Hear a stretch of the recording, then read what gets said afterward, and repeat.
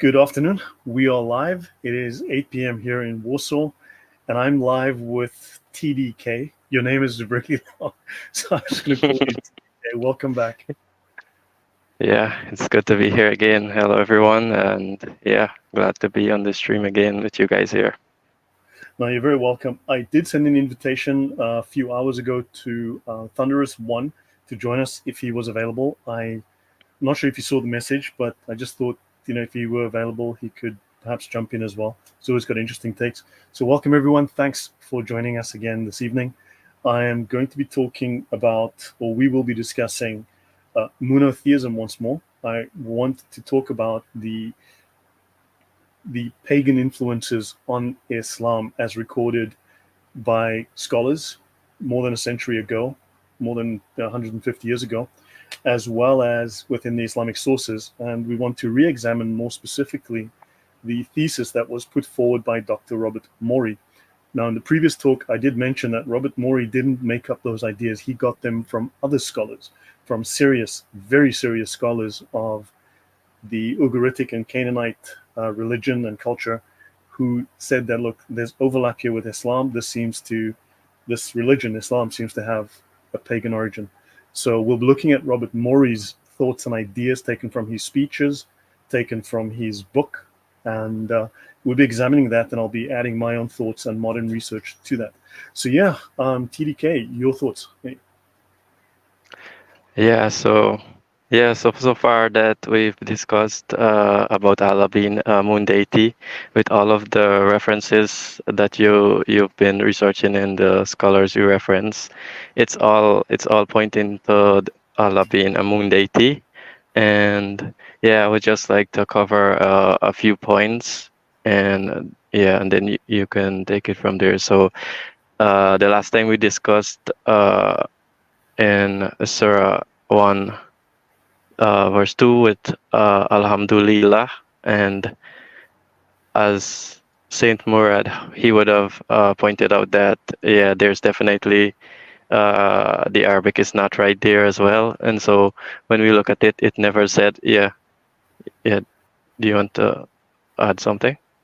Yeah, no. So the word Allah, from a Western Christian Arabic point of view, we look at it as the God or the deity, the La, as a definite article. Whereas the Islamic view is the Arabic view is it is a proper name. So it's frank. It's not the God. It's actually a name. So there's this confusion there, even so within the Islamic usage and sources, but it's a singular proper name. Is that correct? Yeah, that's correct. Yeah, because if you would have had it like we discussed, the Christians before, they never used it. They used al-ilah, or the word ilah is for God. So when being said alhamdulillah, if it could have been alhamdulillah or alhamdulillah al-ilah, which could have been the God, but it's Allah, which is the name. Praise be to that God, as you said. It's a name. It's the name of the God. And if it's a proper name, then al is not the, then it's part of the name.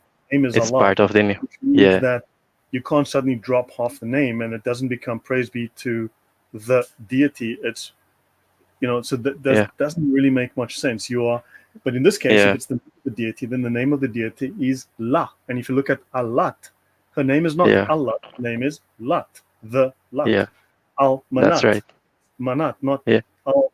You can say the Manat, but it's not Al-Manat. That's not her name. Her name is Manat, the same as La.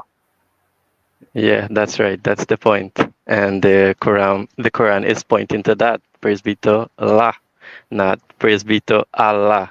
So even if you would have noticed, even when the Muslim, they're saying Alhamdulillah, they're correcting it as well. They're not saying it that way. So either the Arabic is wrong, which would prove Allah is false, or either it is right, which it is the name of the God of the Muslim, which is drawn from the Aramaic, the Al, and Al means God, and La is the name of the God, as we have pointed out in the previous stream.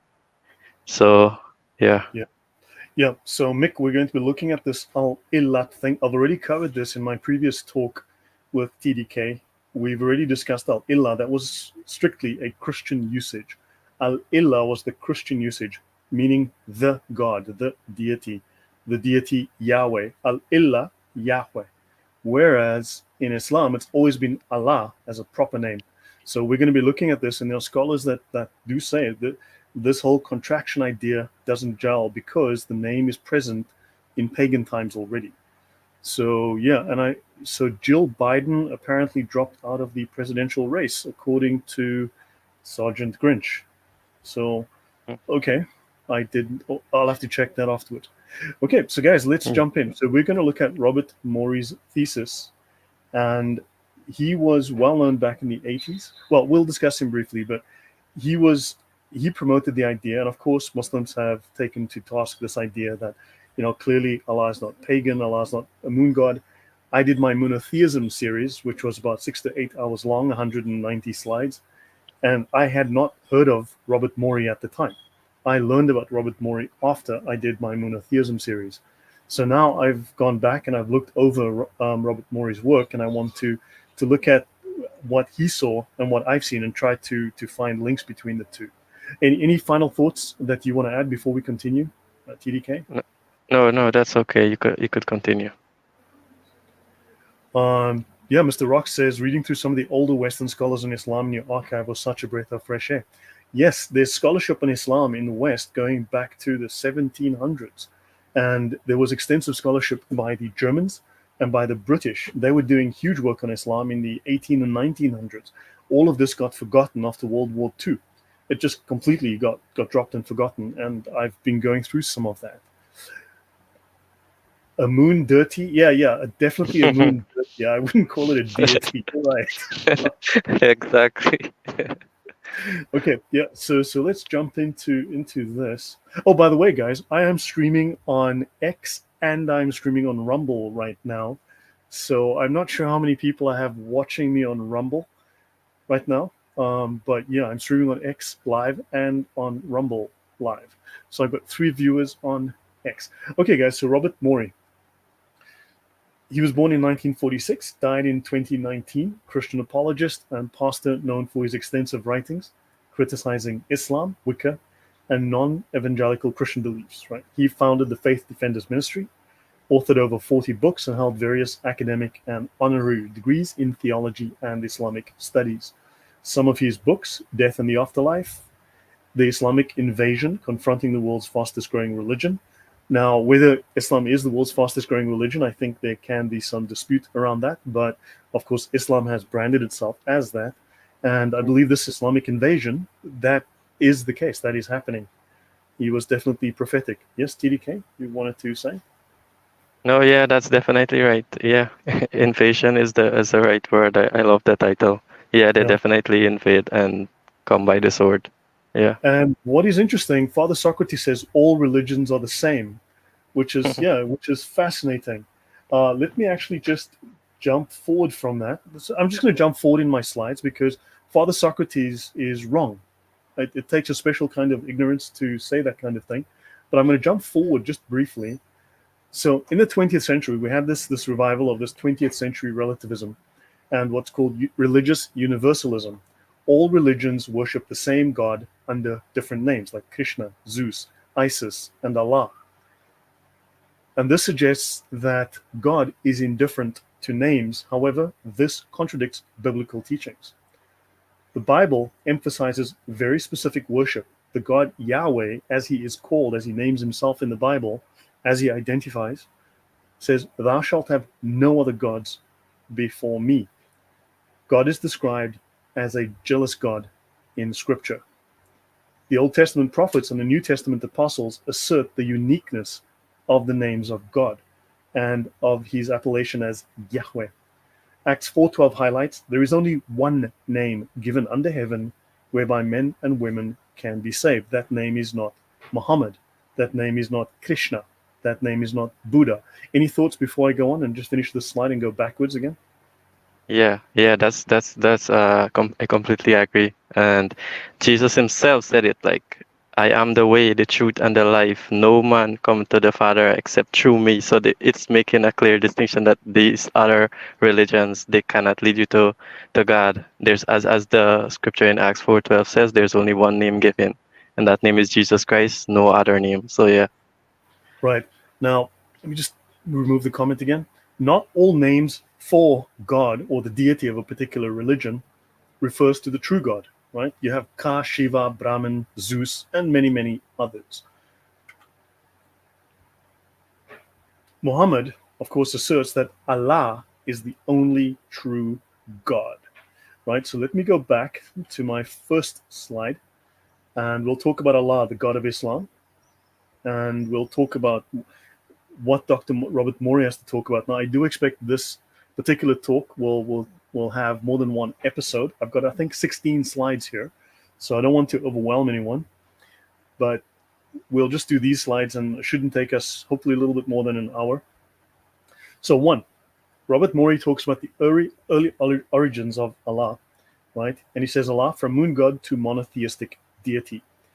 Muhammad's early life. He speaks of Muhammad's upbringing and religious experiences. Robert Morey then talks about Muhammad growing up in Mecca, worshipping Allah, and the three goddesses, Allat, Al-Uzza, and Manat. This is even in Muslim sources. In fact, the Muslim sources actually speak of him sacrificing a white or red ewe to Al-Manat, and he supposedly named his boys after Al-Manat. Any thoughts from you, TDK? Yeah, interestingly, there was a verse in the Quran about intercession to these daughters of Allah, and the verse was removed when Muhammad later found out that he's making a mistake. So there's a verse that was abrogated, and it's in, I think I think I shared that in the video that I did. Allah is the moon god part 2. So yeah, this is definitely true, and it's in their book from their scholars. So yeah. Right. So I have covered this in monotheism, and of course what I can do is I can add those specific details into episodes 2 and 3 of this particular series. We're talking about, well, revisiting monotheism and Dr. Robert Morey's thesis. So then there's persecution and challenges, right? The opposition and the satanic verses incident, which I think is very, very important, those satanic verses. And then there's the hijrah and Muhammad's migration to Medina. And of course, the first hijrah, which is usually conveniently forgotten and overlooked, is that Muhammad's people go to Ethiopia, which is the first Christian country, where black people adopted Christianity. We had the eunuch who'd met Philip, goes there, converts the king, and then Ethiopia becomes the first Christian country, probably before Armenia. And then on top of that, they eventually become a very powerful kingdom called the Aksumite Kingdom. They invade Arabia, and they actually dominate culturally, religiously, militarily, financially. They dominate Arabia for an extended period, and they actually had a complete Bible. So while people are searching for a Bible in Arabic in Arabia, the Ethiopians had one in the 2nd, 3rd century. Any comments? Yeah. Yeah, that's true. And also, I think what's his name? Waraka was also doing an Arabic Bible. He was translating as well. So yeah, like the places as well that Muhammad got his sources from is like, it's really mixed up. And yeah, there was as you said there, it was Ethiopia, and then it spread out there. So yeah, definitely. Right. So, or rather, it should perhaps be said that Christianity had spread by the 2nd century significantly. I mean, in the 1st century already, but by the 2nd century, it was powerful, far from Rome, in northeastern Africa already. So now, I've just mentioned this slide, so I won't repeat this now, but I think we've covered this already. Now, this is okay. Well, this is by. The name will come to me in a minute. Don't worry, I do cover this book again. I come back to this. So this is the Doctrines of Islam. This is mentioned by Morey, and also this is by Arthur Jeffrey. Yes. So he writes in his book, Muhammad and His Religion, the first and most important doctrine in the creed of Islam is the doctrine of God. The name Allah, as the Quran itself is witness, was well known in pre-Islamic Arabia. Indeed, both it and its feminine form, al-Lat, are found not infrequently among the names in inscriptions from North Arabia. So al-Lat, the Lat. So why wouldn't Yeah. Allah be just the La? How did it suddenly Yeah. become a proper name? Exactly. Yeah. Actually, let That's me it. bring up. Yeah. So Jeffrey is referenced very often according to this particular chart. As you guys have seen, these are foreign words in the Quran by Arthur Jeffrey. This is his 1938 chart, right? Does need a little bit of updating, but you can see here Syriac, Aramaic, Hebrew, Greek, and Ethiopic. Ethiopic words have a large influence, which means that you've got Pahlavi, Persian, Akkadian, South Arabian, Armenian, Phoenician, Avestic, Mandaean, Sanskrit, Pazan, Nabatean, Safaite. So, in other words, Islam is a hodgepodge, a mishmash of a number of different cultures and traditions. It is not some sort of miraculous standalone that popped up out of nowhere. Any thoughts, Yeah. TD? Yeah, that's true, and that's why they don't understand. You cannot understand the Quran without going to these other sources to explain what these terms or what these names are about. As you and Saint Murad would have discussed about Ar-Rahman, the name that he took as well. So many of the cultures and practices, it's like put together, and it's in Islam. Right. And according to this list, we've got up to 55 languages in this pure Arabic that was used to write the Quran. And there's even a reference here to Norse. So, yeah, so do read his book on that. But yeah, okay, let's continue. So, the common theory, he writes, is that it is formed from illah, the common word for a god, right? So that's an indefinite article. And the article al, thus alillah, the god. So you have the definite article and then God, the God, which, Yeah. according to the common theory, becomes Allah, God. This theory, he says, is untenable. In fact, the name is one of the words borrowed into the language in pre-Islamic times from Aramaic. The old Arabian paganism, both in the north and in South Arabia, was polytheistic. But under the influence of the surrounding culture, and here he would be talking about Christian culture as well as Gnostic influences that were imitating Christianity and competing with it. But under the influence of the surrounding Gnostic slash monotheistic slash Christian culture, a strong movement towards monotheism had developed. The legends about the Hanifs are one evidence of this. Muhammad was only one of several preachers of monotheism in the Arabia of his day. Notice, one of several preachers of monotheism. Muhammad's concept of Allah in the Quran falls far short of that of other monotheistic religions in the Near East. It's an undeveloped form of monotheism.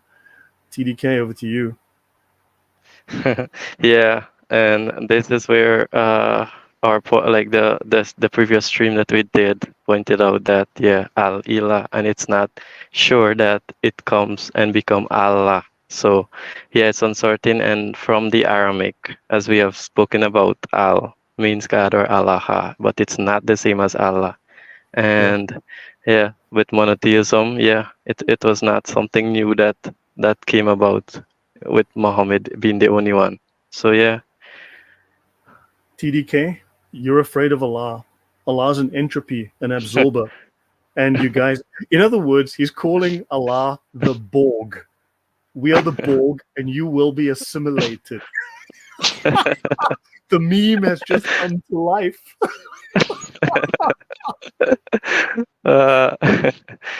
Yeah. Oh my gosh. I can't believe it.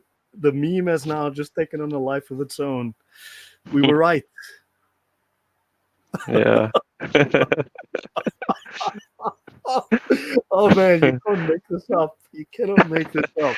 Thanks, Sheikh Faisal. Best laugh I've had all day, man.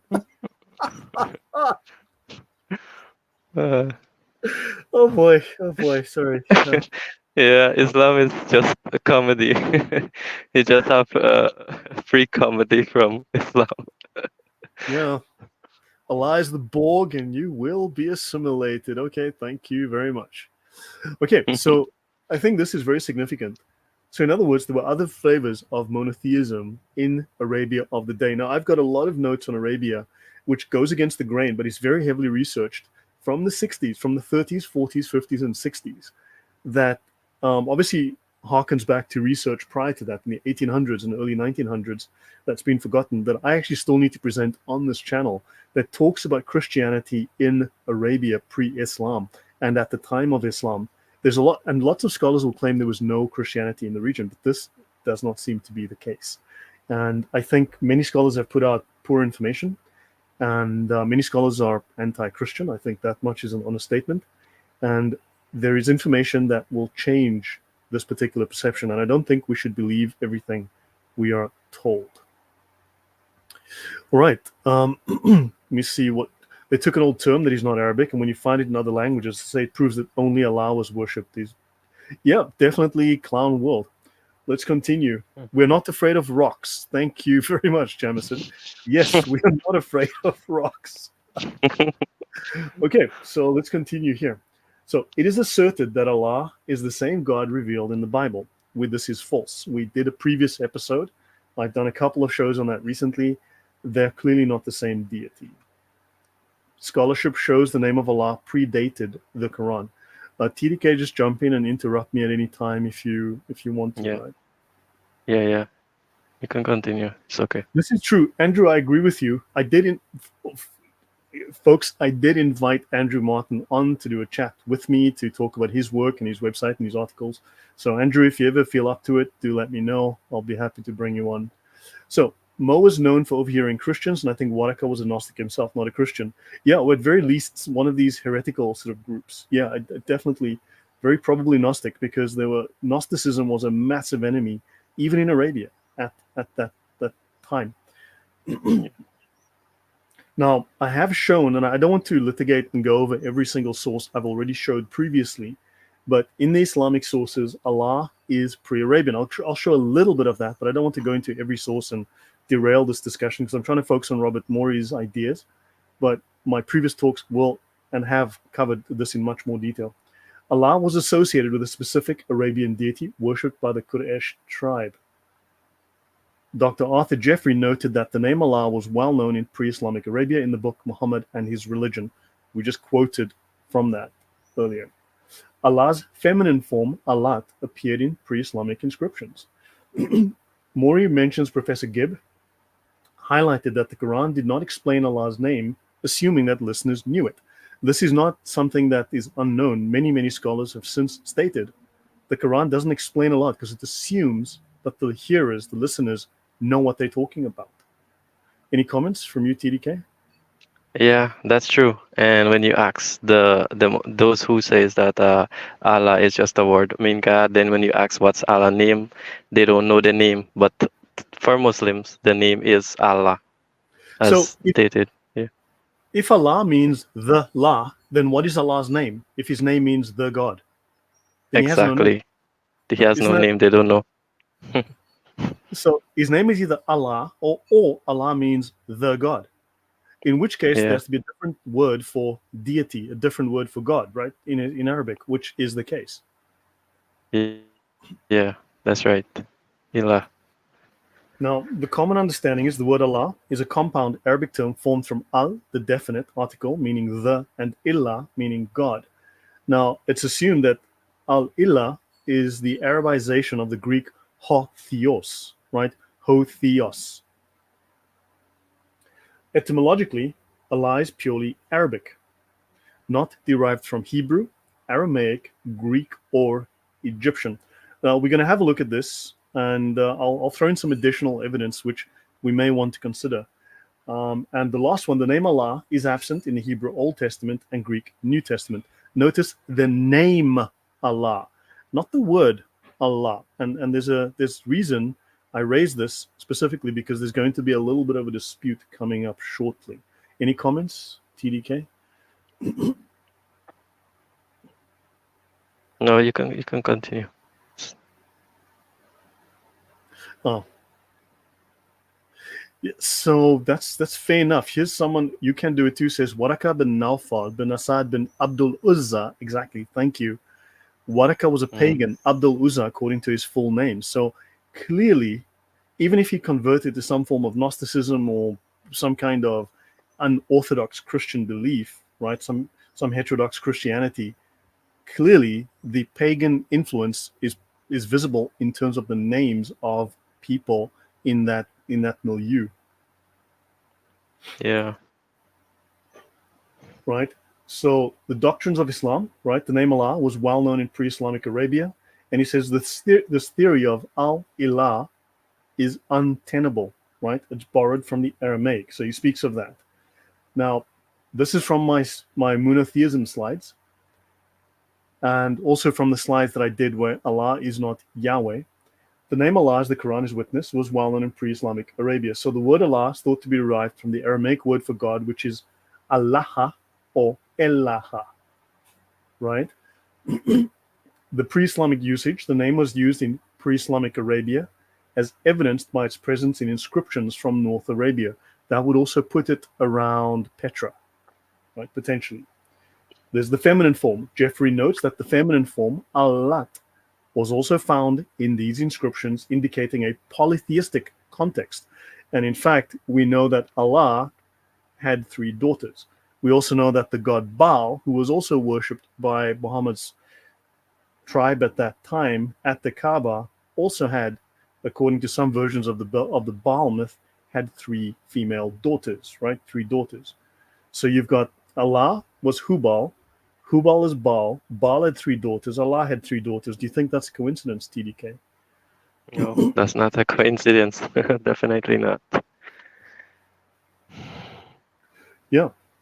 So there was a polytheistic context for the use of these terms before Islam. And Islam mentions them. It's crazy. It brings Yeah. back these pagan deities.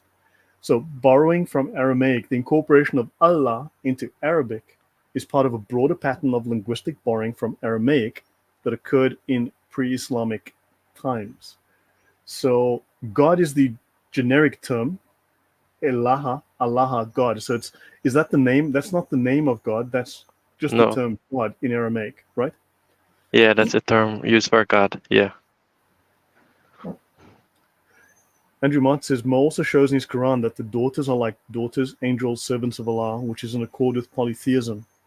All right. Yeah.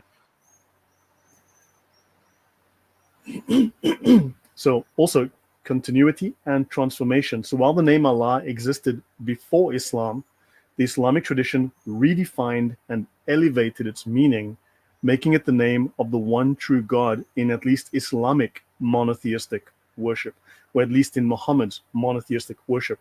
I've already in the past, and I will again in the near future, discuss Western scholars who basically have stated, and this goes back to the 50s and prior, that there's a guy called Kuhn who speaks about this, and says, effectively, Muhammad just rolled up all of the pagan deities, the whole polytheistic pantheon, the Babylonian / Arabian pantheon, into one and just called it Allah. Yeah, that's definitely what he did, because you can see all of the practices from those deities. They're implemented in his religion, so it's coming from all of those cultures.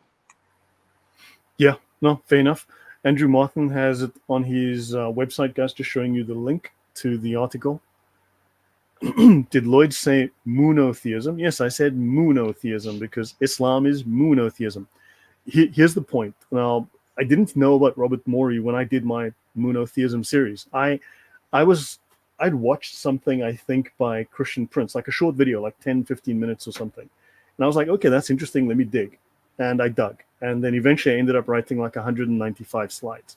And then only afterwards did I learn about Robert Morey. So I've only just now made slides based on Robert Morey. That said, monotheism. So how do you know the cross is important to Christianity, TDK? Because it's the core teaching and belief from the Christians that it's from the cross. Yeah. Okay, but don't we have the cross on our churches, on our Bibles, Yeah. on our books, on our? Isn't the cross Yeah. everywhere in Christianity as a Yeah. visible symbol? Yeah. Definitely. So wouldn't you say it's historically and religiously, philosophically, morally significant in Christianity? Definitely, it's significant in Christianity. Because it's so visible. By the Yeah, same token, because wouldn't you say that the pagan crescent moon and the star are significant yeah, in Islam because it's everywhere, like even on top of their churches, their mosques? exactly. Yeah, that's their symbol, and that's what is it's the core about moon and the star. Yep. So therefore, it's significant for them. Let's go back to the secrets of Islam because you guys are not aware of it. Oh, try harder, okay, Sheikh. Try harder. Okay. Blah blah blah. Yeah, can someone just pause him for 20 minutes or something? Okay, moving on. Right now, let's look at the word Allah in the Bible. Now, I haven't had a chance to dig deeply into this. I know that Rob Christian has spoken about this, but I have never watched any of his shows discussing this. Let's look at the word Strong's Hebrew 427. There's a few other references too in Joshua 24:26. And Joshua wrote these words in the book of the law of God and took a great stone and set it up there under an oak that was by the sanctuary of the Lord. That oak, that tree is significant, right? The tree here. So this is Allah, right? The word is actually pronounced as Muslims do it today. Allah. Pronunciation, Allah. Actually, let me go there and I will bring this up. I did not share my screen with audio, so I would have to reshare my screen with audio for this to be visible. So I'm going to stop my screen. I'm going to reshare. But some screens that you share audio, so I'm going to do entire screen, also share system audio. Let me try and do this. Nope, can't do that.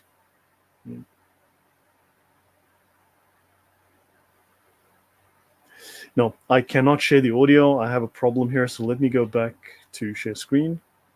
Give me 1 second. I'm going to try and share the window.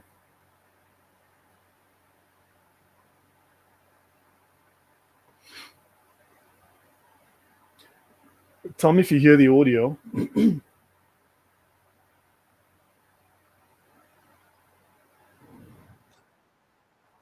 No, I don't know if it's.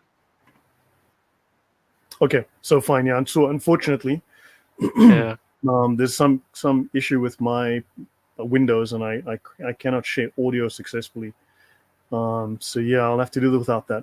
But this one is Allah, Allah, and that's Hebrew. Okay, so this is an oak, Hebrew H427. Right now, I'll just have a look at this. Allah, masculine noun, variation of Hebrew 424. We can have a look at that in a minute. Right, and it's oak. Right, and notice here, Hebrew Allah, oak. This is actually significant in the context of Abraham. That's actually significant in the context of Abraham. So, oak. Then you go here, Ella, feminine noun, right? It's also limited to this, terebinth, tree. Ella, feminine, an oak or other strong tree. So that's a reference to tree. Any comments or thoughts on that before I go on? no, he said enough there. There's nothing to add there. Okay, let me continue then. So we have oak, right, or tree. Then Allah is also referenced again in the Bible as curse. We have Allah, and this one is just Allah, right? Yeah, Allah, yeah, verb, and it translates as curse, right? To curse, to yeah, put under a curse. Allah, to adjure, usually in a bad sense. Okay? To imprecate, to adjure, to curse, to swear, to curse. So there's a negative connotation to Allah from the Hebrew in the Bible, which I think in yeah, neither case. Now, the reason I mentioned trees, and I'll come to Abraham, is that Abraham is warned not to worship trees as idols because that is nature worship, that is paganism, that is something that God forbids. Any comment? yeah. God did forbid from worshiping trees and those stuff. And yeah, if you look at it this way now, then Allah is like a tree or likened to a tree, or he's cursed. Yeah, Yeah, oak is great. Oak is great. Oku Akbar. Right. Oak, you say, probably a coincidence, but plenty of pagans revered oak trees as a symbol of resilience. Yeah. How many oak trees are there in Arabia, though? Where'd they get that idea? One has to wonder.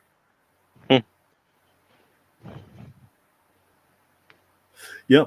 It's and Mick M says it's Ashra worship. Thank you. Yes, there's certain truth to that. That's Ashra worship. There's a level of truth to that. Yeah. I'll cover little bits of that as we go. Now, Abraham, the word Hanif, now that was mentioned by Jeffries as significant of this movement towards monotheism. Now, of course, Muslims will tell you Hanif means like righteous, and however, Hanif means upright as in upright pillar.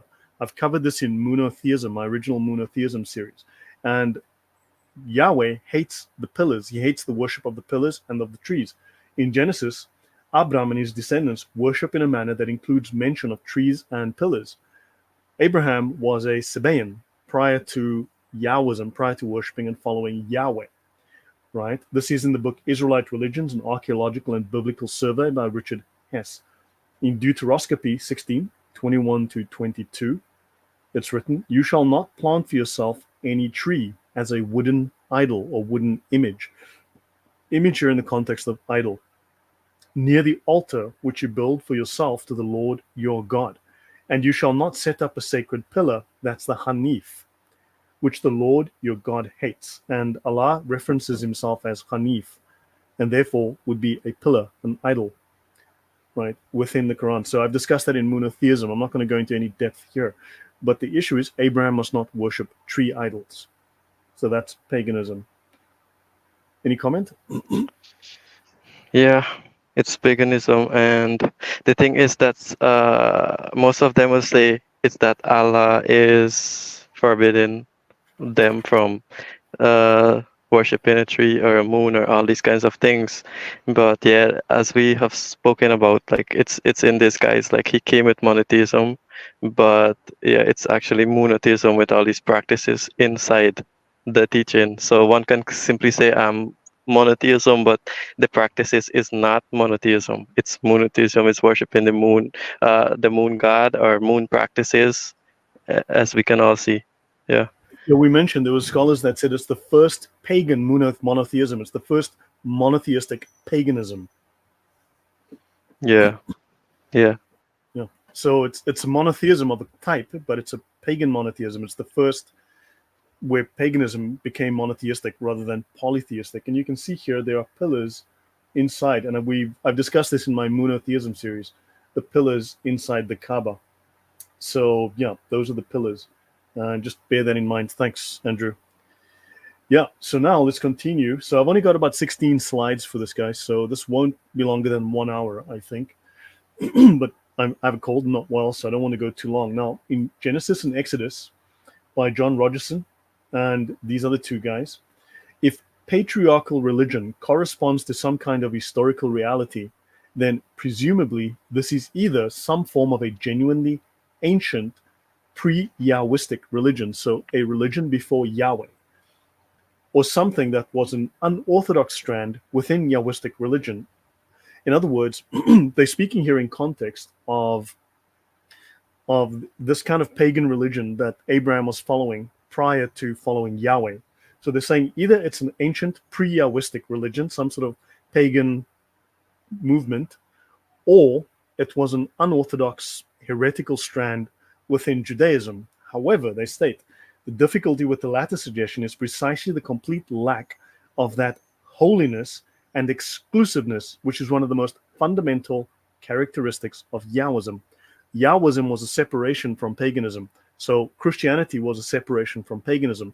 The pagans were complaining that the Christians were taking too many people from paganism into their religion. So the pagans had to adapt and make their religions more like Christianity. And of course, every Tom, Dick, Harry, Muslim, and atheist is saying, well, Christianity is paganism, except in the past, the pagans were complaining that the Christians had a totally different religion that was stealing the pagans away from it. Yeah, any comment? Yeah, that's the thing, that they don't understand, or they don't check back the sources or what Christianity actually teaches. So yeah, as you mentioned, Christianity was taking away people from worshiping idols or all these pagan practices. So it cannot be that. So as we said here, monotheism in the form of as we call it, monotheism. Yeah. Yeah. So yeah, say not three. There is only one moon. You're right. There can only be one. Thank you, Villainous. You always have very good takes Yeah. on issues. All right. Now let's continue here. So, Alleluia. Yeah. Allahu Akbar. It's Okay. interesting. Allahu Akbar. Allahu Akbar. Alleluia. So now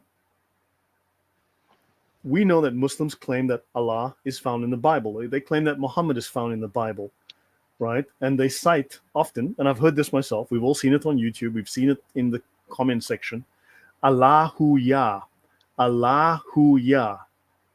We say that, don't we, in church? Allah, Allahu Ya. Yeah. Which goes, which is the other form is like hallelujah, hallelujah. Yeah. Yeah, we go Allahu Ya. As far as I know, Yah means Yahweh, and Allah's name Yeah, is not Yah because the Quran doesn't know about exactly. Exactly. These people are finding some, like they don't have anywhere to go, so they go to these silly claims and try to find Allah in every corner, but they can't Right. find him. Muhammad is in the Bible, Allah is in the Bible, and by the way, the Yeah, Bible's corrupt. So those names are in the corrupted Bible. I guarantee you, if exactly. you find the uncorrupted Bible, it's not in there. Winning. Anyway, I'm hoping the Muslims can find us a copy of that Bible that Muhammad had back in the day, that before it was corrupted. If you guys can mail me a copy, just please contact me. Looking forward to that. So, Alleluia is derived from Hebrew. It means praise to Yah. Alleluia, and does not refer to Allah. Allah is a proper name. So now you've got this issue because they've decided Allah is a name. Then this is praise to Yah, not praise to Allah. It's not Alleluia. Yeah. Alleluia is a distinct term with no association to Allah. Oh, Baal married his mother, Asherah, in Ugaritic writing. That's very interesting because Ugaritic is relevant here. That's actually relevant in the story of Noah. In Christianity, in the Bible, Noah has three sons, right? Ham, Shem, and Japheth.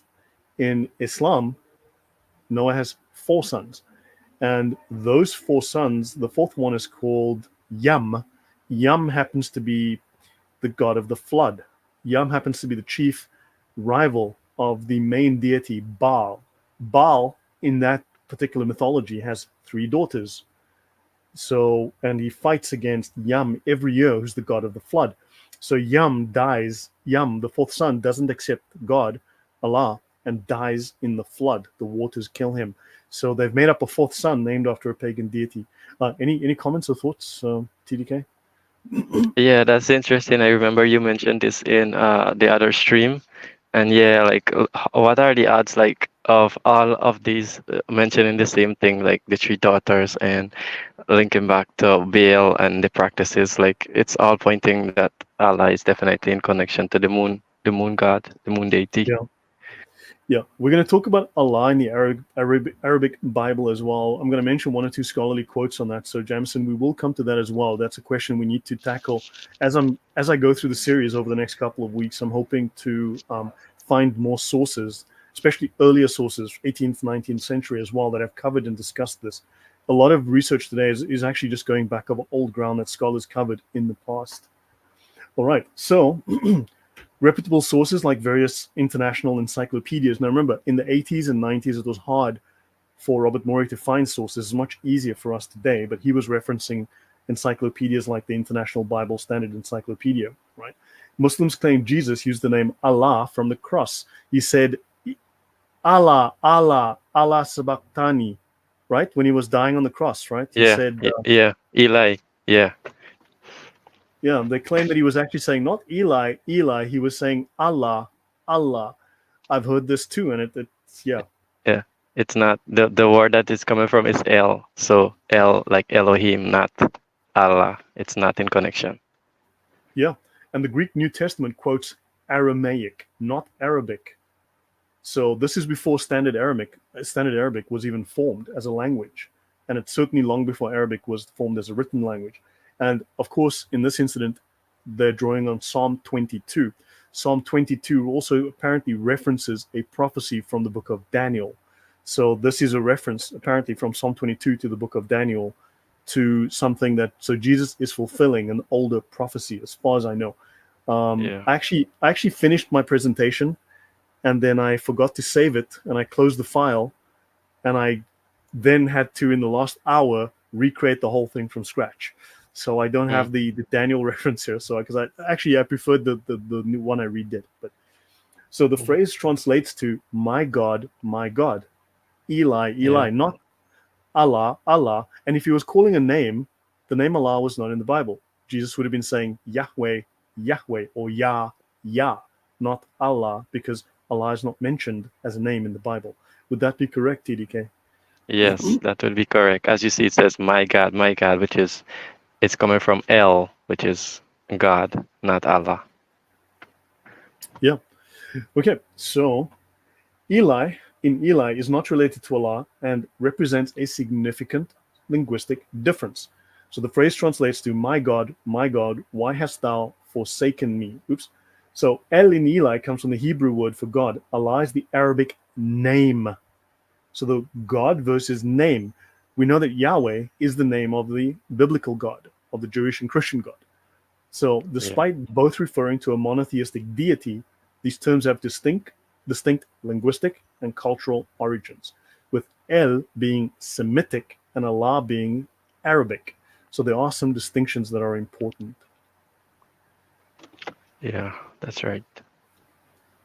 Okay, Allah is the proper name of God amongst Muslims, corresponding in usage to Jehovah or Yahweh amongst the Hebrews. Thus, it is not to be regarded as a common noun meaning God. Now, what's interesting is Muslims always say, hold on, but in the Arabic Bible, they say Allah too.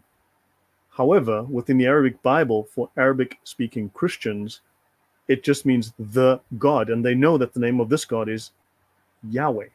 So it's used as a definite article, not as a proper name. Just jump in anytime if you want to, right? Yeah. So thus it is not to be regarded as a common noun meaning God, capital G, as the one true God, or God, small g, right, as in referring to generic gods. And the Muslim must use another word or form if he wishes to indicate any other than his own particular deity, or peculiar they say, deity. So Allah doesn't refer to gods in generic terms or general terms. It's a name of someone, like Frank. That's right. John. Yeah, that's right. That's why I would have mentioned like with La Ilah, Ilaha, Ilah, like the difference with Ilah and Allah. They're using Ilah as God, and the name of that God is Allah. So that's the distinction they're making. So as you are mentioning here, the name Allah is it's a name. It's not a word meaning God, and they use Allah to refer to other deities. Ilah. Right. So there is a distinction. Elah. So it says here Eli should be pronounced Eli. The first E like E in bed. Eli. Elle. Yeah. Eli. Yeah. Eli. Okay. Right. Yeah. Look, guys. As you know, I speak every single language on earth except Greek, and the problem is that looks like Greek to me. So I'm stuck just there. So yeah. Ek kan Afrikaans praat. Ons kan altyd Afrikaans praat en dan gaan niemand my verstaan nie, net die mense in Suid-Afrika. Ja, that's te min vir my. That's te min vir my. Too few Lloyds. Yes, Citos, thank you. What languages do you speak, TDK? I just speak English, and I knew a little bit of Arabic, not that deep, and a little French, but yeah, I don't know that much. Yeah. Okay, no worries. Okay, so let's have a look. Similarly, no plural can be formed from the name Allah. No plural. Okay, so gods is out. The word gods is out. Similarly, no plural can be formed from it. And though the liberal Muslim may admit that Christians or Jews call upon Allah, he could never speak of the Allah of the Christians or the Allah of the Jews, because we have a Yahweh, right? And he could never speak of the God of the Jews or the God of the Christians using the word Allah because it's a proper name. It's like saying, well, there's the Frank of the Jews and the Frank of the Christians, except Frank is called Yahweh in the Bible, so we would never use the word Frank, right? Yeah. Among Christians, too, Yeah. a similar usage holds. In the current Arabic Bible versions, God is uniformly rendered Allah, and that's because of cultural domination due Yeah. to Arabs, Arabic cultural spread, right? Yeah. Especially because Christians are minorities, and over time, over hundreds of years, they've assimilated to using the word Allah, but they use it Yeah. as the definite article, not as a pronoun, not as a proper name. Yeah, So, exactly. Also, one point to a point to I want to address something like the Jews in the time of Muhammad was mocking Allah, saying Allah hands are tied up, and they were like speaking against Allah. So if Allah was their God as well, if it was the same God or the same word, why would the Jews be mocking Allah if it was the same God that they were just? It's a different that's God. a really Yeah, good point. That's fantastic. Yes, you're right. In the Sira as well. I mean, Muhammad gets very upset and eventually ends up yeah, killing them because they won't submit. exactly. He has a That's different and really the different God, and the Jews won't accept him. Yeah, exactly. If he was familiar, then why would they not accept him? That is crazy. So yeah, in the current Arabic Bible versions, God is uniformly rendered Allah, but when the Lord God occurs, it is rendered Arabul Illahu, the Lord, the Illah, where the Illah is an uncontracted form. This comes from the assumption that Allah comes from Al Illah, which many scholars do not agree with, right? So yeah, notice here, when they say the Lord God, then it becomes Arab ul Illahu. So then the usage changes. Why are we not saying the Allah? It's so there. I mean, really, there's the contradiction steps in. yeah. That's right. And of course, here they go with the standard narrative of Allah has been shortened through usage from illah, right? What they speak of here. The Muslim, who usually derives and explains illah as meaning worshipped, uses it and its plural aliha in the broadest way of any god. So now, hold on, now we learn something. Illah means Yeah, worshipped, the worshipped one, the deity, the worshipped one, the god. But here the Muslims apparently use the worshipped one, and it's plural aliha, like the Aramaic allaha, in the yeah, broadest way of any god. So this could be Baal, this could be yeah. Jupiter. Exact. Yeah, interesting. Yeah, why don't Muslims accept Judaism? It was already a monotheistic faith long before Mo came along. The Jews rejected him, right? And then only after the Jews reject him does Muhammad actually make the claims that Islam is Abrahamic. He does not make that claim prior, right? So the Jews reject it. And then also, if you read the Sirah, now this is not to say, look, the Sirah is clearly fictional, right? However, it is clearly based in a given context. It's trying to provide a certain message, and it's obviously derived from certain historical facts, from a geography and a milieu. So the Sirah tells us that they reject Judaism and they reject Christianity for the religion because they claim that we corrupted the Bible, we corrupted the message of Abraham. Islam searches for the true message of Abraham, the true religion, the true faith, in fact, the original faith of Abraham before he followed Yahweh. And according to Jewish sources, before Abraham became a Jew, the first Jew, where he follows Yahweh, becomes a Yahwist, he was a Sabaean, right? Or Sabian, rather. No, Sabian. And thus he was a pagan who was a moon worshipper who worshipped the moon god Sin, or the Babylonian pantheon. And the head of the Babylonian pantheon was Sin, also known as Al-Makkah in Arabia. Makkah, you've heard of a place called Makkah. So they reject it because they go for the religion before Abraham worshipped the false god Yahweh. Therefore, they are not an Abrahamic religion in the sense of they only make the claim after the rejection by the Jews.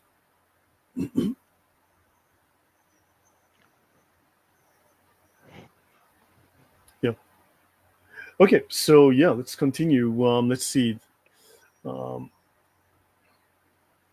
Okay, let's continue. So, Allah was the name of a pagan deity in pre-Islamic Arabia before Muhammad. Now, the Bible is completed 600 years before Muhammad's ministry, which starts in roughly 610 AD.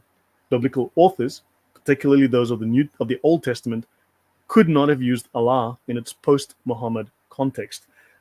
There is no record of Allah being used in the context that Muhammad used it in the Old Testament.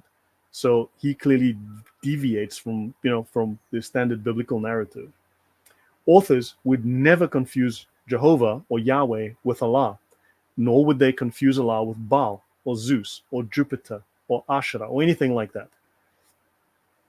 Yeah. Allah never appeared in the writings of any biblical author, not as a name at the very minimum. Allah was either a curse or an oak tree, a pagan symbol, an idol. Any comments?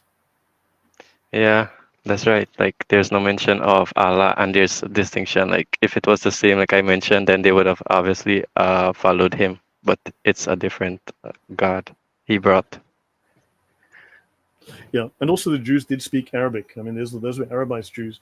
The Encyclopedia of Religion states Allah is a proper name applicable to their peculiar God, as in Arabia. I mean, I showed that quote on our previous talk. I actually showed the quote from the book. Allah is a proper name applicable to the peculiar God of Arabia. It doesn't say the God of Abraham, the God of Christianity, the God of the Bible. It says the God of Arabia, specifically to that locale. Allah is identified as a pre-Islamic name corresponding to the Babylonian Baal. And I've already shown, and I will show in the future, within the Sirah, you've got Baal, and Muhammad is consecrated to Baal. And he's called Hubal in this context, in this location. Probably like, yes, villainous, probably like Mormons who get irritated when Christians tell them they are not Christians. Yes, agreed. Yeah, definitely, yeah. Right? Now, Baal worship, including references in the Bible, was explicitly condemned. Right? And who was Baal's consort? Asherah.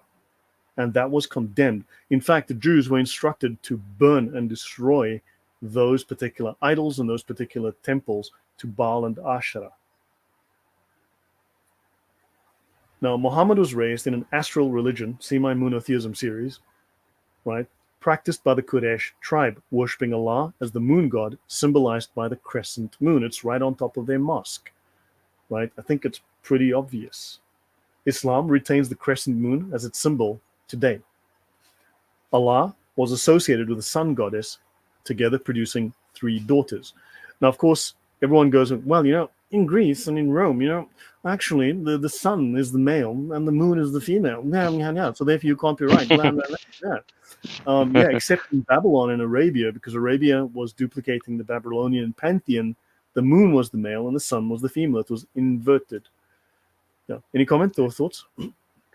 Yeah, no, that's interesting. Yeah, the level that they would go to try to escape from it, but they can't. Yeah. Andrew, you should really come on and talk to us about that. So, okay, yeah. So let's see. There were 3 daughters. Alat, which is the feminine form of Allah, and her name is Lat, the Lat. Al meaning the, definite article. Lat, name being Lat. Al-Uzza and Al-Manat. Often you'll see just Manat stand alone minus the Al. These 3 daughters were favored deities in Muhammad's religious context. And of course, the deity of the Kaaba at the time, the Allah of the Kaaba, was called Hubal. Hubal was Baal. Baal had 3 daughters. Muhammad's father was named Abdullah, meaning servant of. Technically, it's actually slave of. I mean, unfortunately, this is commonly translated as servant. It means slave. Abdullah. So who was the Allah that Abdullah, Muhammad's father, was worshipping if Allah wasn't around, because Muhammad created Islam? And yeah, exactly. And he wasn't a Muslim. So who was Allah then at that point? I think that's a fair question. Yeah. His cousin's name, now you'll see some sources will say uncle, you'll see cousin. Technically, it's apparently not his cousin. It's a contemporary who's part of the extended tribe, part of the family. But so, yeah, I'm just saying cousin here. It's convenient. His cousin's name included Allah as well. In fact, Allah, that was Ubaidullah, right? Ubaidullah. So you had Ubaidullah. In fact, I'm just going to bring that up. We just do that. Yeah, Ubaidullah. So I'm going to zoom into this here. You'll see Ubaidullah. This is someone born at the same time as Muhammad, or prior to Muhammad. So you had Ubaidullah. Let me just here we go. Ubaidullah. So Ubaidullah, right? So the term Allah was in use in people's names before Muhammad was even born. So who was this Allah that was around at the time? If Allah is unique, if Muhammad's the first to introduce Allah, then who was this Allah who was around at the time? You can see lots of Ubaidullah, right? Ubaidullah squatted beneath him. And oh yeah, by the way, let me just read this little story to you. It's very amusing. It's something that Muslims don't want to really share with you because, but it really tells us something. This is the Guillaume's Life of Muhammad. The apostle made for a rock on the mountain to climb it. He had become heavy by reason of his age. In other words, Muhammad was fat. And moreover, he had put on 2 coats of mail. Of course he did. So when he tried to get up, he could not get on the rock. So Ubaidullah squatted beneath him and lifted him up. So just so by the way, Muslims, Muhammad apparently got real fat in his old age. Any comment, TDK, before I go on? No, it's interesting. Very interesting story. Yeah, I'll be talking about this particular book. I'm going to be talking about the hadiths and the Sirah as well, the reliability of those. I'll do a talk on that soon as well. Okay, so Muhammad's father is called Abdullah, and his cousin, his friend, his companion is called Ubaidullah, okay, indicating the presence of Allah in their names before Muhammad's birth. So this historical context shows that the name Allah was around before Muhammad, and it was a part of a pantheon of Arabian deities. Allah was the head of that pantheon, known as Shin, right? Known as Makkah. Yeah, the moon god. So the worship included a high god, Allah, alongside the sun goddess and their daughters. So the Encyclopedia of Mythology and World Religion states, along with Allah, they worshipped a host of lesser gods and daughters of Allah, right? So this I get from Robert Morey. So this overview is based on historical documentation, not religious bias, right? Yeah. Oh God, this poor guy. If you're not lying, provide another word for God in an Arabic Bible. It's not the name of God because Yahweh is the name of the Christian God, even in Arabic. It's simply using context of the God, not as his proper name. So, anywho, now, so I'm going to go to the Encyclopedia of Religion and Ethics. Let me just go to that reference. And Hastings, let me go to Hastings. I want to bring up this text. And I've got to go to 326, 356. So let me go to that. Any comments before I go on? TDK? Yeah, that comment that the person previously left, like it's so common. Like I keep getting that all the time. Like there's other words that the Arab Christians use, as we know. There's one Arab that they use to refer to their God, or as we have spoken, Al-Ilah, if you wanted to say the God. So we already cleared that up that it's not Allah. But yeah, because of the Islamic rule over the Christians, that it's been passed down now as common to use Allah, but they're not referring to Allah that the Muslim worship. Yeah, and also Allah has a son, right? In the Arabic Bible, Allah has a son. So yeah, Wusu Sise, right? Do you agree then that Allah has a son who came down to earth? Would you agree then with those Christians in that Bible? Because I think, as far as I know, that's what they say. Those Arab Christians say that. Yeah, exactly. No, Allah is the God. But if you look at the guys here to troll, I mean, so whatever. Okay, let's continue. Now, notice it says here, Allah. So in this reference, Allah is the proper name of God amongst Muslims. It's not the God, it's the proper name of God, corresponding to Jehovah. I've already covered this, right? Let me go to the top here.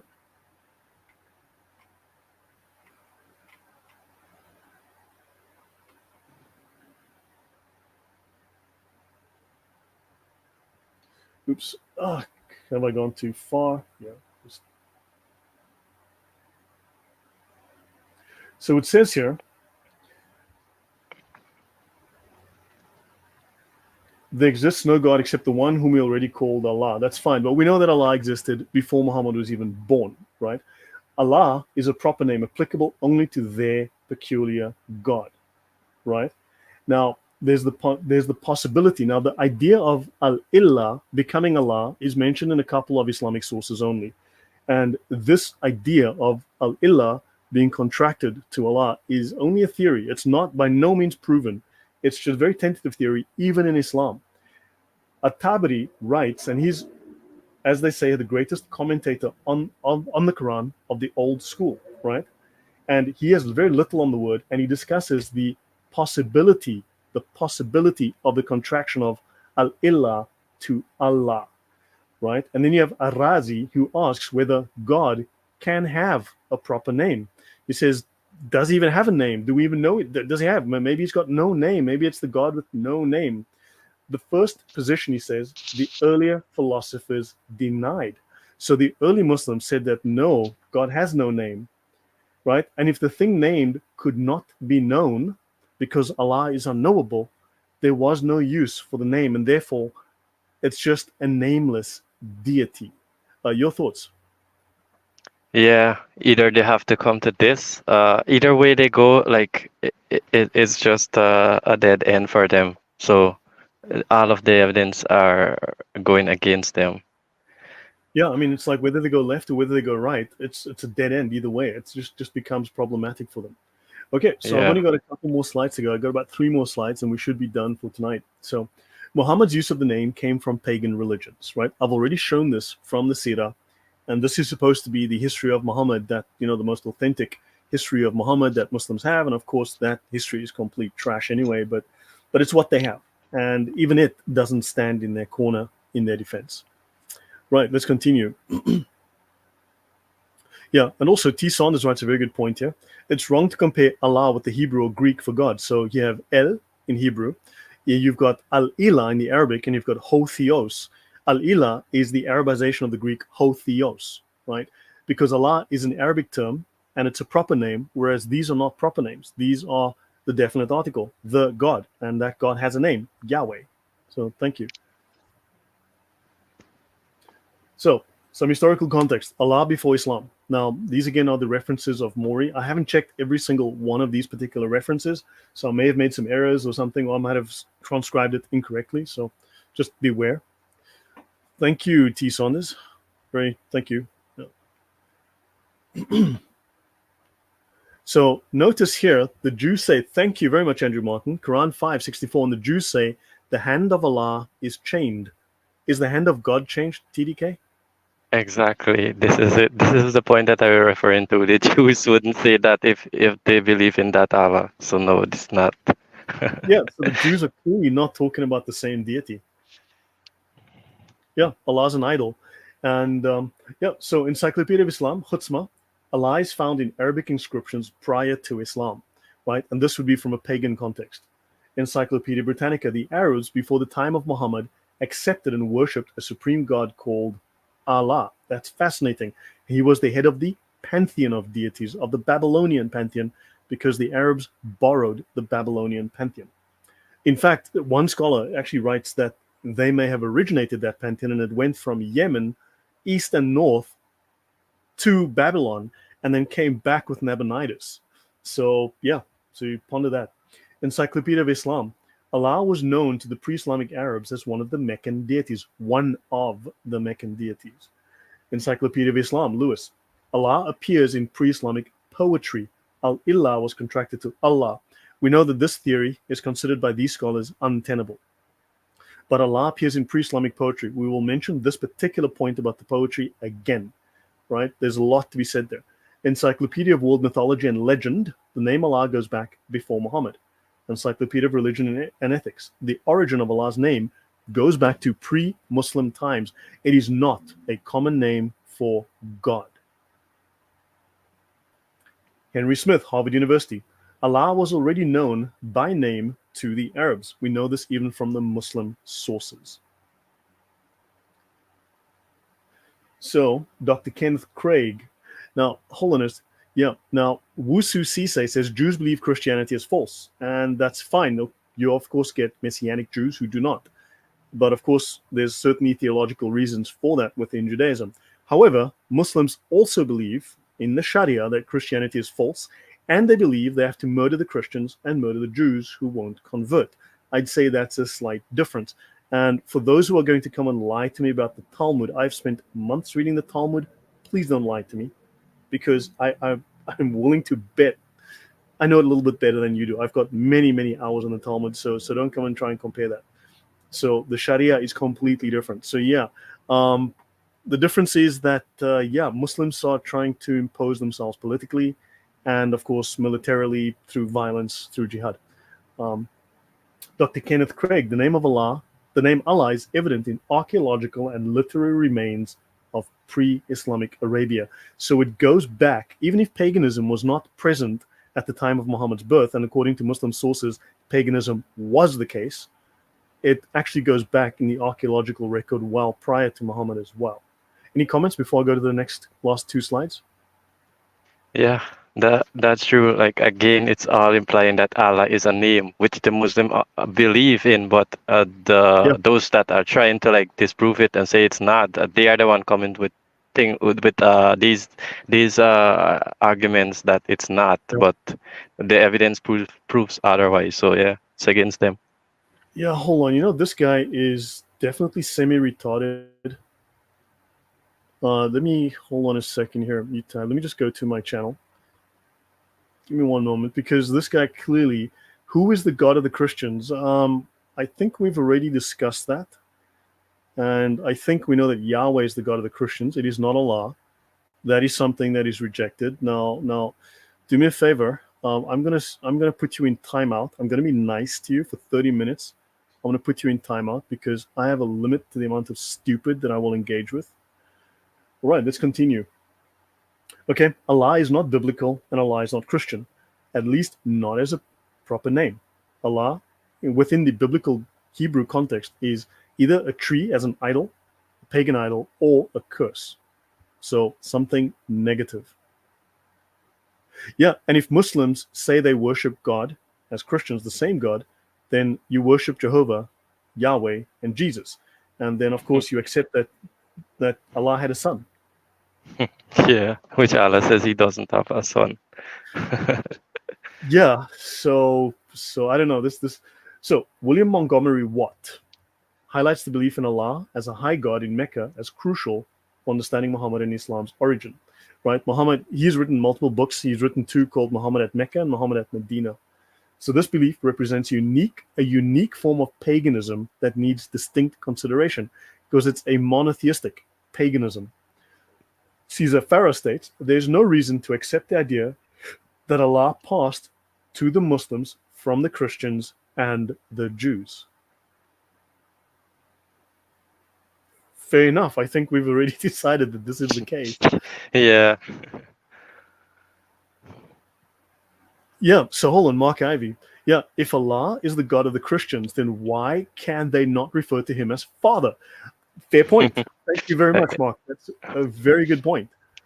Yeah. So, yeah, he's not the father. Yeah, he said it. He's not the father of anyone. Neither does he have a son. And yeah, it's not the same. Everywhere you turn, like Allah is not the same as the God we worship. Okay, so various sources state that Allah derives from al-Illah. Now we know already that many of the scholars that I've referenced do not agree with this al-Illah theory, referring to a particular Arabian deity. That's the speculation about the source. The fact of Allah being a pre-Arabian pagan deity is not what is considered here. Well, is not considered at all an issue or speculated upon, but the derivation of the name, that's what's speculated upon, right? Al-Illah is not accepted by many of these scholars. Allah was represented as an island in Mecca where people prayed long before Muhammad's birth. That's even in the Muslim sources. Clarification of the name Allah, it's not Syriac, it's not Hebrew or Greek name for God. The word may be present in these languages in some other form, but it's not a name for God.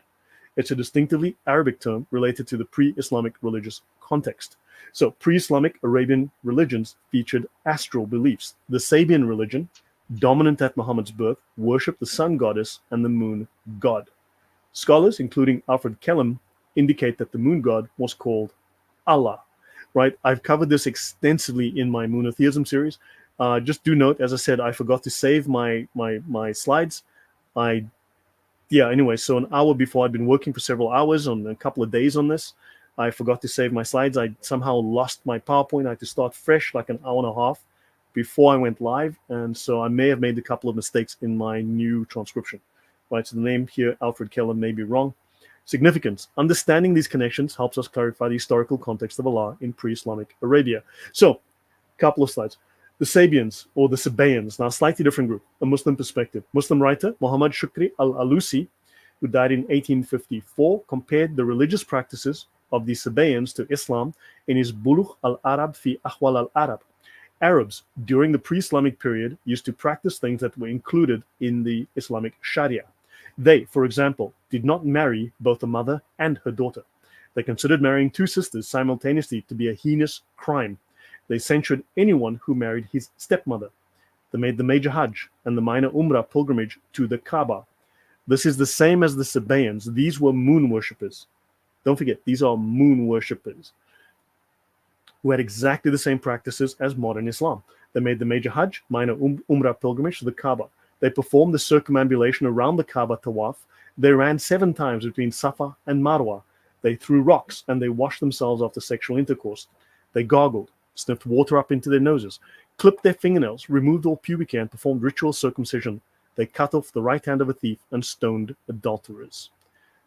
The Sabaeans, your thoughts, TDK, before I continue. Oh, yeah, it's definitely in connection to what the Muslim practice. And a point that I wanted to point out is that, even before Muhammad, the pagans, the Arab, they used to go around the Kaaba, and the black stone was used as for like when they weren't fertile, they would go around and touch their reproductive parts, and they would touch the black stone, thinking that it will make them to give birth. So it's in connection as well with Baal, is also referred to as a god of fertility. And it's so much practices, like as well with the black stone, it forgives sin. So if you look at it, what Allah forgives sin and the black stone forgives sin is like two god they have. Like it's purely paganism, and it's not monotheism at all. It's monotheism. Yeah. And Prince Christian says, Prince Christian, I have answered your question prior to this, so go back to the section where I speak of the Arabian origins of Islam and how the Muslims follow the pre-Yahwistic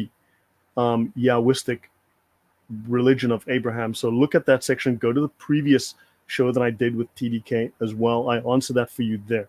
Okay, they believe, they reject Judaism and Christianity, and they follow the religion that Abraham followed before he followed Yahweh. This would be the Sabaean religion, which is the moon worship religion of Babylon. Right? The Sabaeans have 5 prayers, similar to the 5 prayers of the Muslims. Others say they have 7 prayers, 5 of which are comparable to the prayers of the Muslims. Of course, they have 2 optional prayers, which were also part of the pagan religion.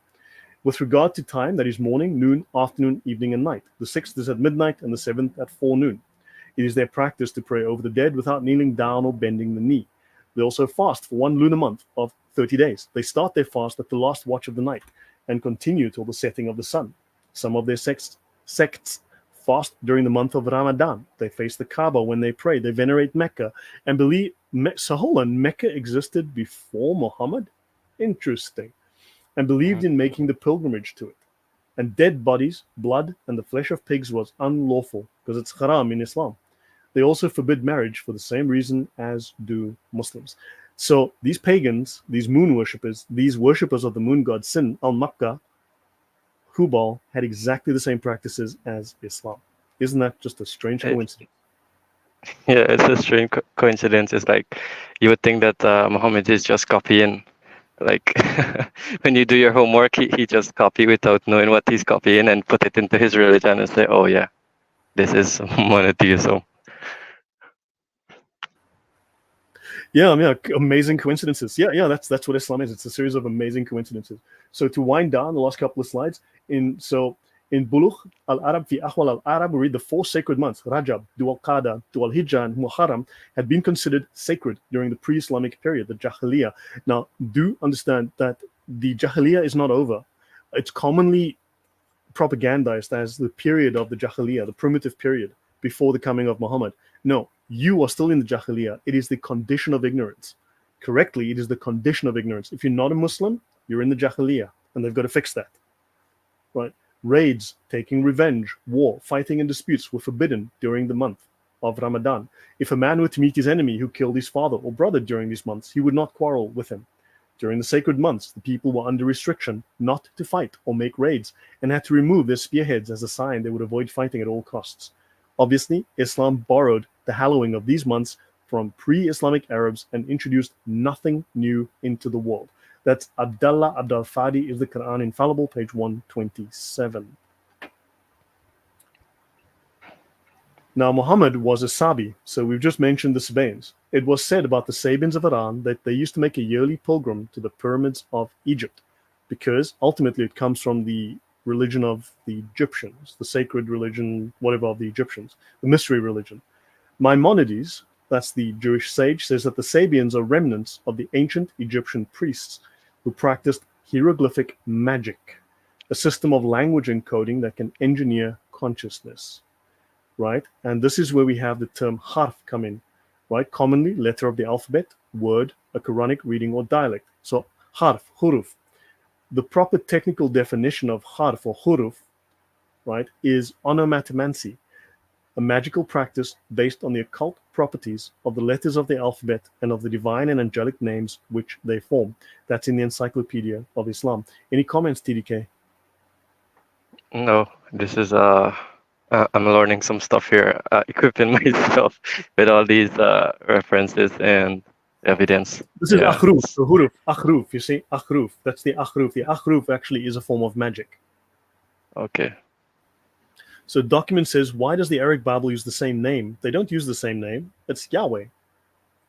Yeah. Allah means the God. It's the definite article for the God being called Yahweh. Whereas in Arabic, Allah is a proper name. It's his name. Jesus equals Hail Zeus. You know, thank you for playing. I appreciate your time and your effort. And you're about to be banned and say goodbye to the camera. Have a nice day. Oh, good grief. My camera's going to do something weird again because it has gesture-sensitive settings. Okay, let me continue. Thoth of ancient Egypt was a moon god.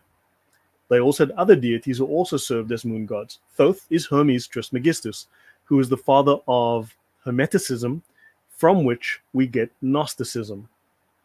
Now, here's Da'if Bukhari. And for those who don't know what a joke is, or sarcasm, right? Because there are many Muslims, and I'm referring to you Muslims, who have no idea what a joke is or what sarcasm is and don't know your sources. It's Sahih Bukhari, just so you know. But the problem is, every time we quote the Sahih, Muslims tell us that's Da'if, brother. So I'm just calling it Da'if Bukhari because that's what Muslims call it. She asked where, and they said to Allah's messenger. So she said, do you mean the man who is called the Sabi with a new religion? And they replied, yes, the same person. So come along. And they brought her to the Prophet, who was a Sabi, who was a Sabaean, which is the moon-worshipping pagan religion that has exactly the same practices as Islam.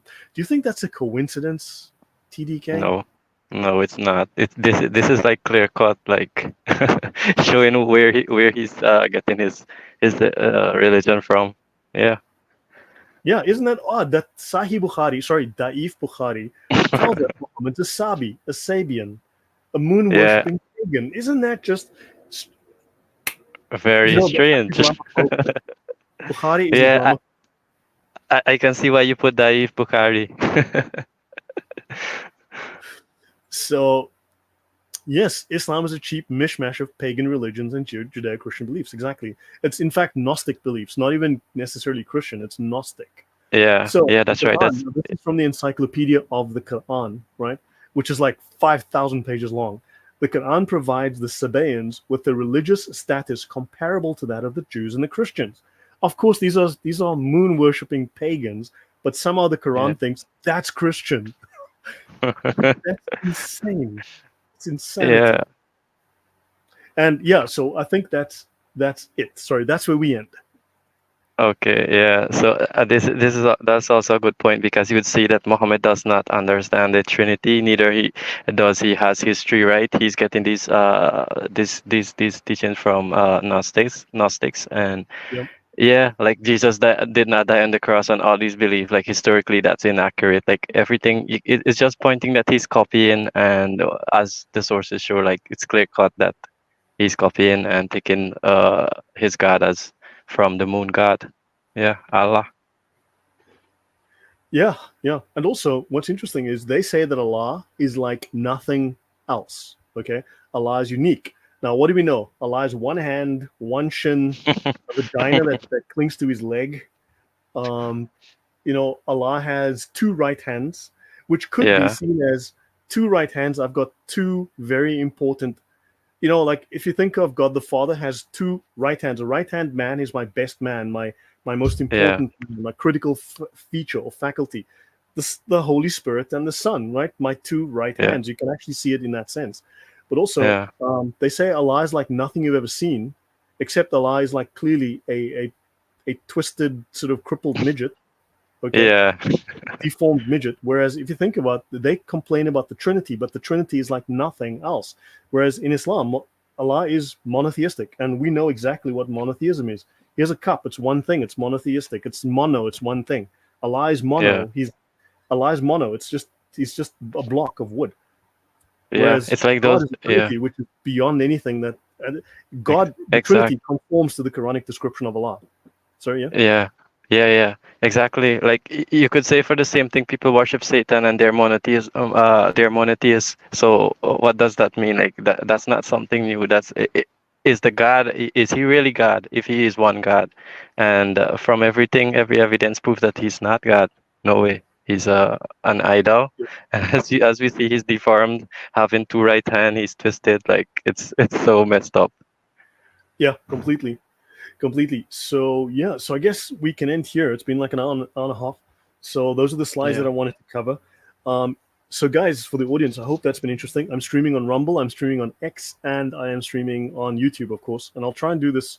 So I've taken a month's subscription to StreamYard, and yeah. So hopefully this is enlightening for all of you. Hopefully it raises some questions, answers some questions. Hopefully this means that we go back and we start to question some things we've been told in the standard Islamic narrative, when we start to examine older research.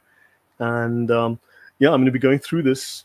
This is the first 17 slides, and I think they're probably going to be like 50 or 60 or something. So yeah, any last words from you, TDK? Yeah, the last word is we have confirmed, like the question of the title of the video. Allah is definitely a moon god, and yeah, Muslims should reconsider what they worship and the practices, and as we shown where they're coming from. So yeah, Yeah, so guys, thank you very much for your time. I'm really glad to have had you here, and I'll see you on Tuesday evening. I have another stream already set. Thunderous, if you pop around, you're invited for Tuesday. Otherwise, we'll meet up this week. It's incredibly hot. It's very uncomfortable here. I have two fans now in the room. Otherwise, I absolutely could yeah, not stream. It's way too uncomfortable. It's incredibly hot here in Poland right now. Also, yeah. I have a cold. I'm not well. So, but guys, thanks. I shall see you in a couple of days. And TDK, you're welcome to join me the next time we have part 2 of this one. Okay, thank you, and thank you for having me. Thank you, everyone, and yeah, God bless you all. Thank you, everyone. Good night. God bless. Take care.